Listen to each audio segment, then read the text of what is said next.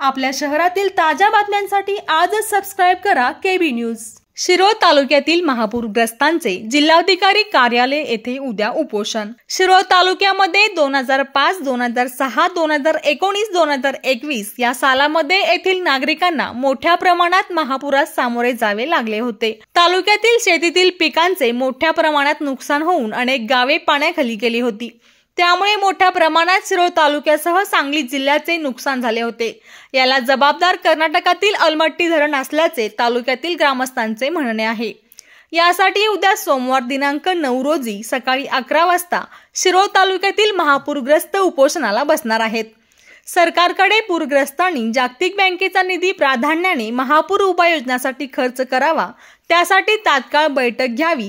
अलमट्टी धरणाच्या उंची वाढ विरोधात सरकारने उपलब्ध पुरावे अहवाल आकडेवारी घेऊन तात्काळ सुप्रीम कोर्टाकडे याचिका दाखल करावी।